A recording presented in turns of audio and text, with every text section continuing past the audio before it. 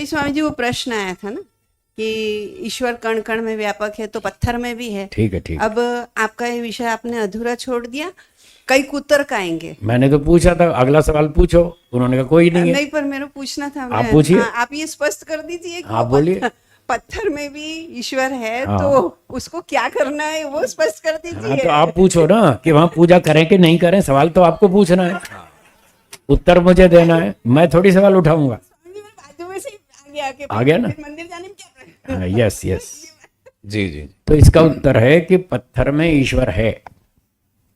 तो वो लोग ये चाहते हैं कि हम फिर जब ईश्वर पत्थर में है तो उसमें पूजा क्यों ना कर लें। तो मेरा काउंटर क्वेश्चन है, क्या ईश्वर पत्थर में, कूड़े कचरे में नहीं है, जूते चप्पल में नहीं है? हाँ या ना बोलिए। हाँ। अगर ईश्वर पत्थर में है तो आप वहां पूजा कर सकते हैं, तो ईश्वर कचरे में भी तो है, आप कचरे में ईश्वर की पूजा करेंगे? नहीं। क्यों, अब क्या हुआ? वहां ईश्वर नहीं है क्या? वहां भी तो है, वहां क्यों नहीं करते? इसका मतलब आप ईश्वर की पूजा नहीं कर रहे, आप पत्थर की पूजा कर रहे हैं। पत्थर की पूजा कर रहे हैं, बहाना मारते हैं हम ईश्वर की पूजा कर रहे हैं। गलत है, ये झूठ है। अगर ईश्वर की पूजा करनी है तो उसका तरीका आपको सीखना पड़ेगा। आपको डॉक्टरी करनी है तो डॉक्टरी सीखने आप मेडिकल कॉलेज में जाते हैं कि नहीं जाते? इंजीनियर बनना है तो इंजीनियरिंग कॉलेज में जाते हैं।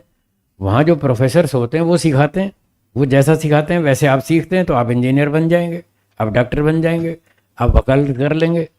जिस भी फैकल्टी में जाएंगे वहाँ का टीचर जैसे बताएगा वैसे करना होगा, तो आप एक्सपर्ट हो जाएंगे, नहीं तो नहीं होंगे।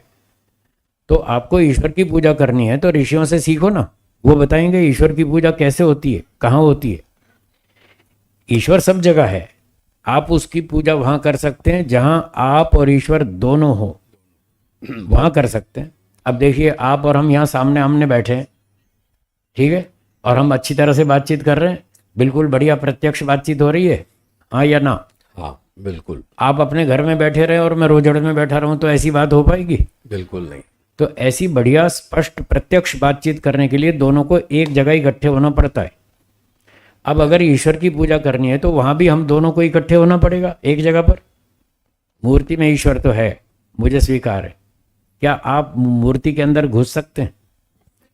मूर्ति में पूजा करनी हो तो पहले मूर्ति में घुसो, तब जाके वहां पूजा होगी। कचरे में पूजा करनी हो तो पहले कचरे में घुसो, फिर वहां ईश्वर की पूजा होगी। भाई आप दूर क्यों जा रहे हैं?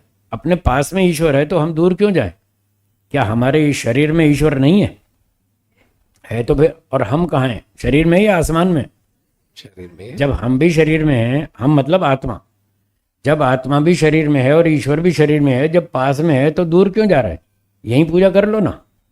इसलिए सारे ऋषि मुनियों को आप देखेंगे, जितने भी भगवान की पूजा कर रहे हैं सब ऐसे बैठे हैं आंख बंद करके। इसका मतलब भगवान की पूजा अपने अंदर होती है, तो अपने अंदर पूजा कर लो। अंदर दोनों हैं, दोनों सामने आमने प्रत्यक्ष हैं, आत्मा और ईश्वर दोनों बात कर सकते हैं, बढ़िया बात कर सकते हैं, जैसे आप और हम अब कर रहे हैं। पर मूर्ति में ईश्वर तो है, हम मूर्ति में घुस नहीं सकते, इसलिए वहां पूजा नहीं हो पाएगी, इसलिए वहां करना ठीक नहीं है। बहुत बढ़िया, जोरदार, हो गया। बहुत जलद प्रश्न हाँ, था। वो पीछे प्रश्न पूछा है, एक और उठा रहे हैं हम। बोलिए बोलिए। पुरोहित जी आपको पूछ आप बोलो बोलो, पुरोहित जी बोलिए। हाँ, प्रणाम स्वामी जी। जी। अभी एक बात आई थी पत्थर की, हाँ जी। तो ऐसा प्रश्न आया कि भाई पत्थर में भी तो ईश्वर है, तो इसको ऐसे भी कह सकते हैं कि पत्थर में ईश्वर है मगर पत्थर ईश्वर नहीं है।